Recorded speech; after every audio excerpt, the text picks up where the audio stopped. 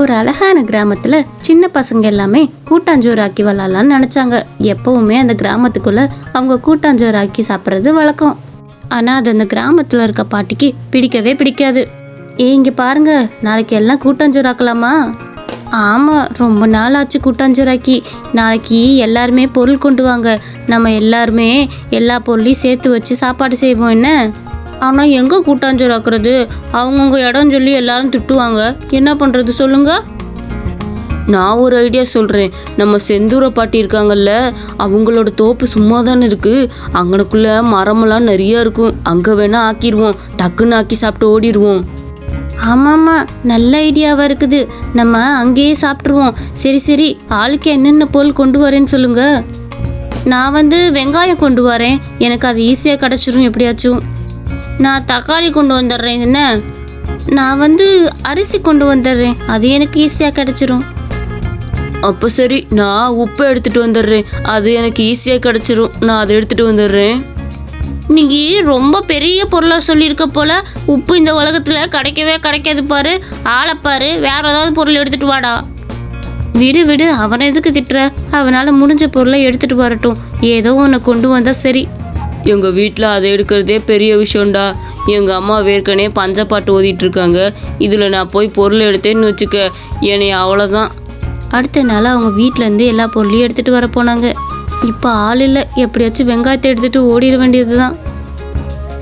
வெங்காயத்தை எடுத்தாச்சு. ஐயோ, அம்மா சத்தம். லலிதா, எதுக்காக இப்போ வெங்காயத்தை எடுத்துகிட்டு போகிற? திரும்பவும் உங்கள் வேலையெல்லாம் ஆரம்பிச்சிட்டிங்களா? திரும்பவும் சோறாக்க போகிறீங்க, அதுதானே உங்களுக்கு வேலை?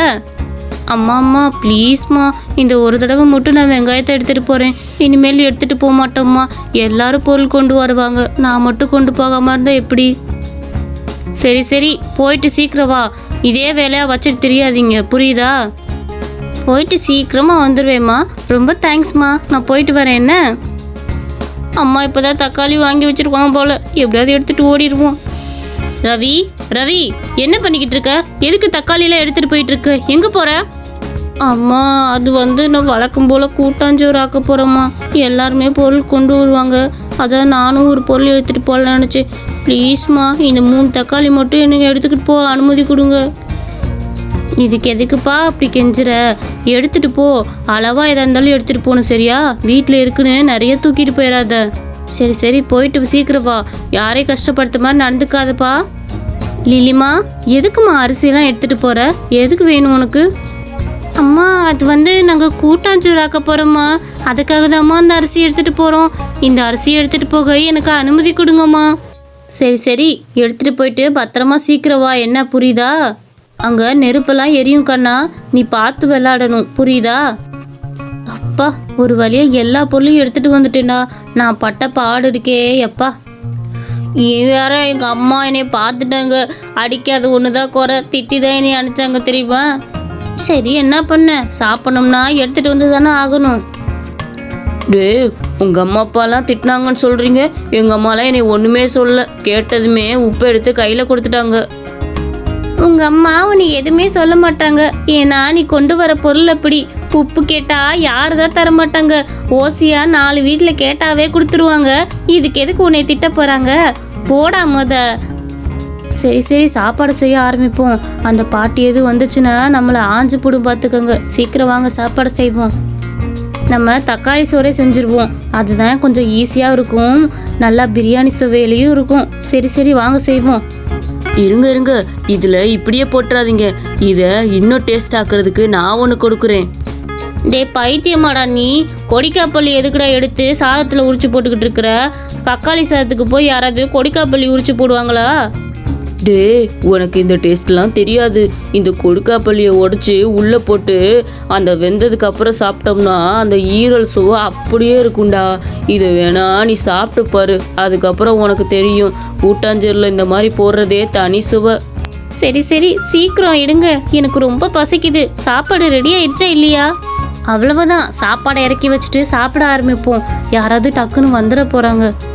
சாப்பாடெல்லாம் செஞ்சு முடிச்சுட்டு சாப்பிடவும் உக்காந்தாங்க. டேய், சாப்பாடெல்லாம் எப்படிடா இருக்கு? எதுவுமே சொல்லாமல் சாப்பிட்டுக்கிட்டே இருக்கீங்க.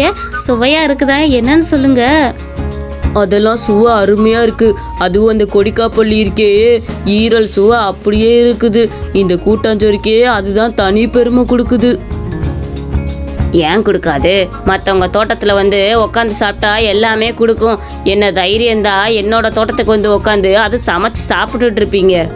உங்கள் அம்மா அப்பாலாம் இப்படி தான் மற்றவங்க தோட்டத்தில் போய் உட்காந்து தின்னுன்னு சொல்லி கொடுத்தாங்களா?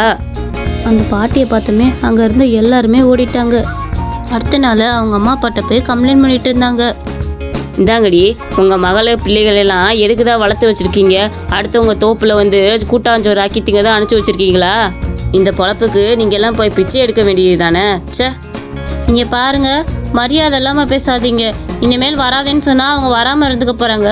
அதுக்கு என்ன பிச்சை எடுக்கலையா அது எடுக்கலையான்னு கேட்குறீங்க? வேலையை பாருங்க ஆமாம், இந்த அம்மா பேச விட்டா பேசிக்கிட்டே தான் இருக்கும். இனிமேல் எங்கள் பிள்ளைங்க உங்கள் தோப்புக்கெல்லாம் வராது. உங்கள் வேலையை பாருங்க. அதுக்கு மேலே வந்தால் எங்கள்கிட்ட வந்து சொல்லுங்க, புரியுதா? அந்த பாட்டியும் அந்த இடத்த விட்டு கிளம்பிட்டாங்க. கொஞ்ச நாள்லேயே அந்த பாட்டிக்கு ரொம்ப உடம்பு சரியில்லாமல் போச்சு. ஆனால் அந்த பாட்டிக்கிட்ட யாருமே வரமாட்டாங்க. ஏன்னா அந்த ஊர் மக்கள் எல்லாத்தையும் அந்த பாட்டி திட்டினனால அந்த பாட்டிகிட்ட யாருமே பேச மாட்டாங்க. அவங்க உடம்பு சரியில்லாதனால சாப்பாடு செய்யக்கூட ஆள் இல்லாமல் அவங்க படுத்தே கிடந்தாங்க. இந்த நியூஸ் எல்லாம் அந்த குழந்தைகளுக்கு தெரிய வந்தது. ரொம்ப முடியாமல் படுத்திருந்தாங்க. அவங்களுக்கு எந்திரிச்சு சாப்பாடு செய்யக்கூட முடியல. அந்த அளவுக்கு உடம்புலாம் ரொம்ப வலியாக இருந்தது. நம்ம செந்தூர பாட்டி இருக்குல்ல, அதுக்கு ரொம்ப உடம்பு சரியில்லையா, எந்திரிச்சு சாப்பிடக்கூட முடியலையா. ஆனால் ஊர்க்காரங்க யாரும் போய் உதவியே பண்ணலை. அந்த பாட்டிக்கு யாருமே இல்லை. என்ன பண்ணுறதுனே தெரில, பாவமாக இருந்துச்சு. ஐயோ, அப்படியா? சரி வாங்க, நம்ம போய் ஏதாவது உதவி பண்ணுவோம். நம்ம சாப்பாடு வேணா செஞ்சு கொண்டு போய் கொடுப்போமா அவங்களுக்கு? பாவம்ல. அவங்க தோட்டத்தில் வேணா நம்ம வீட்டிலேருந்து ஏதாவது சாப்பாடு எடுத்துகிட்டு போய் கொடுப்போம். பாவம் அந்த பாட்டி. சரி வாங்க, எங்கள் வீட்டிலேருந்தே நான் சாப்பாடு எடுத்துகிட்டு வரேன். பாவம் அந்த பாட்டிக்கு முதல்ல கொண்டு போய் கொடுப்போம். பாட்டிமா எந்திரிங்க. சாப்பிடாம இப்படி கிறக்கத்தில் படுத்துருக்கீங்க. எந்திரிங்கம்மா. பாட்டிமா, இந்தாங்க சாப்பாடு. இது நாங்கள் செஞ்சதில்லை, வீட்டிலேருந்து தான் எடுத்துகிட்டு வந்தேன். சாப்பிடுங்க. நீ எதுக்குமா சாப்பாடு எடுத்துகிட்டு வர? நானே முடியாதோட படுத்து கிடக்குறேன். பாட்டிமா, பயப்படாதீங்க. உங்கள் தோட்டத்தில் செஞ்சது கிடையாது. நாங்கள் எங்கள் வீட்டிலேருந்து தான் இந்த சாப்பாடு எடுத்துகிட்டு வந்திருக்கோம். உங்களுக்கு உடம்பு சரியில்லைன்னு கேள்விப்பட்டோம். உங்களுக்கு சாப்பாடு செஞ்சு தரக்கூட ஆள் இல்லை, அதனால தான் நாங்கள் வந்தோம். அப்படி சொன்னதையும் அந்த பாட்டிக்கு ரொம்ப மனசு வேதனையாக போச்சு. நான் அன்னைக்கு நீங்கள் தோப்பில் விளாண்டப்ப உங்கள் அம்மா அப்பாவோட்ட போய் அந்த பேச்சு பேசுனேன். எதையுமே மனசுக்குள்ளே வச்சுக்காம எனக்காக சாப்பாடு எடுத்துகிட்டு வந்து கொடுக்குறீங்க. உங்கள் நல்ல மனசுக்கு நீங்கள் நல்லா வருவீங்க. உங்களை போய் நான் அன்னைக்கு திட்டிப்புட்டேனே. அதுலேருந்து அந்த பாட்டி திருந்திட்டாங்க. அவங்க தோட்டத்திலே வந்து கூட்டாஞ்சோறு ஆக்கி சாப்பிட்டாலும் அவங்களும் சேர்ந்து உட்காந்து விளையாடுவாங்க. அந்த அளவுக்கு அந்த பாட்டி மாறிட்டாங்க.